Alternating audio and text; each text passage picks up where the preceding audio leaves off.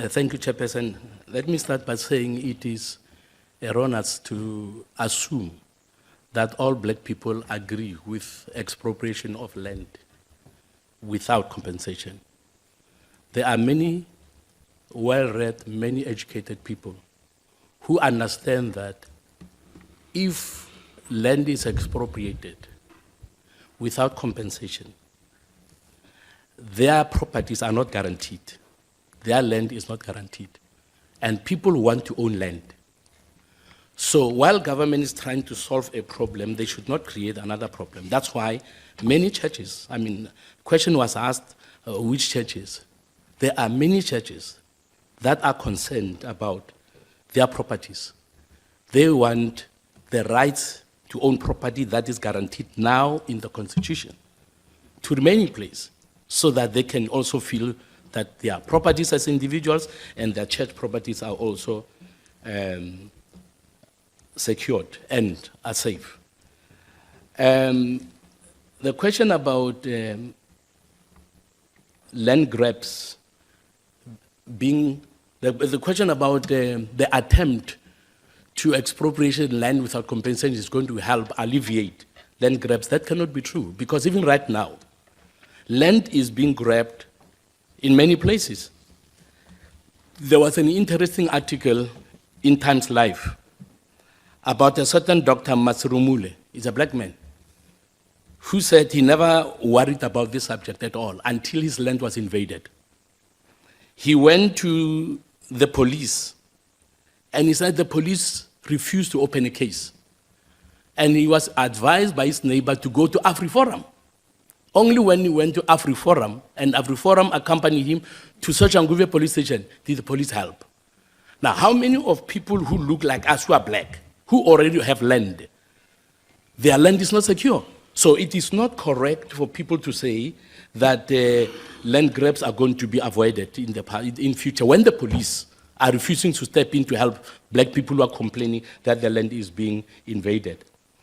Now, the question about chaos, if land will be expropriated, that's what we believe, because that's what we see. When people are given the notion that it's now constitutional to expropriate land without compensation, they are going to do it much more than they're doing now, when it is a requirement of the Constitution that it must be done with compensation.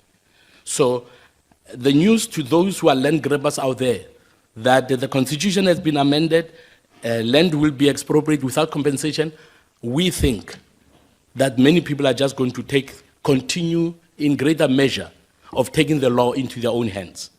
We agree, churches agree with expropriation of land, but we say there must be compensation. COSATU also raising a point on behalf of their workers. Also, they say we cannot ignore people that are bonded. We cannot ignore people who are afraid that they're going to lose their properties. So we as a church are saying expropriation of land, we agree with it, but it must be with compensation. Land reform, 100% be behind it. Land restitution, we are 100% behind it, but let everything that is being done to correct the wrongs of the past be done legally, correctly, orderly, and constitutionally. Thank you. Thank you, Reverend Meshoe. And Honorable Fulton, you still want to have a bite? All right.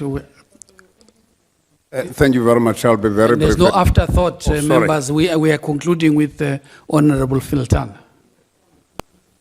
Thank you very much. Just turning on page 2 of your presentation, Reverend Meshoe. Point number 5, issue of food security. I'm sure that as a member of parliament, wearing your other cap, as it were, you are aware that currently there is serious food insecurity in South Africa under the current situation with farm owners guaranteed occupants. And then how do you come to use that as a reason for refusing people to have access to land when the current farm owners are not able to provide that social need to the people? That's question number 1. Just one more, Chair. I'll be very brief. And second paragraph after after bullet point number 8. The first one is we do not, second one is affirm. Then we deal with the third one, we believe that every South African citizen has a right to own land.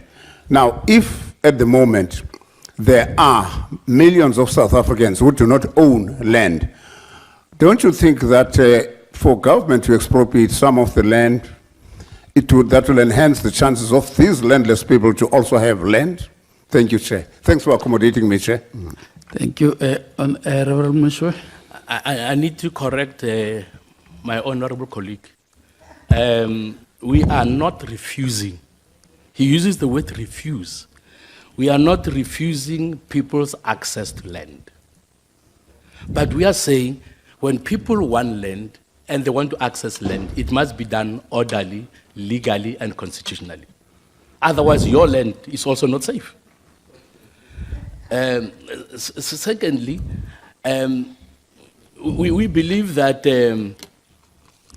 people who do not have land and want land must understand that what has not happened, the mistakes and the failure of government to meet their targets, it's not because of the Constitution, it's not because of Section 25 of the Constitution. It is because, among others, corruption and lack of capacity. So let's attend to the core problem. Because if we expropriate land without compensation now, and all the land belongs to government, what would make them able to hand land to those beneficiaries now, when there is evidence that they have failed to do that in the past? So the Constitution gives government the legal right to do what they need to give people land. So they have failed to do so. So giving them more land, more responsibility is not going to solve the problem. Thank you. Thank you, Reverend Meshoe. Yeah, you see, I'll be kinder to you because you're an MP. you see, members. That's very regular from a member. You see, very you regular. See, you see, members. You went behind the hat that you were given, and you wanted to engage Reverend Meshoe on your colleagueship hat. All right. So don't do it with the next submitters for the rest of the week.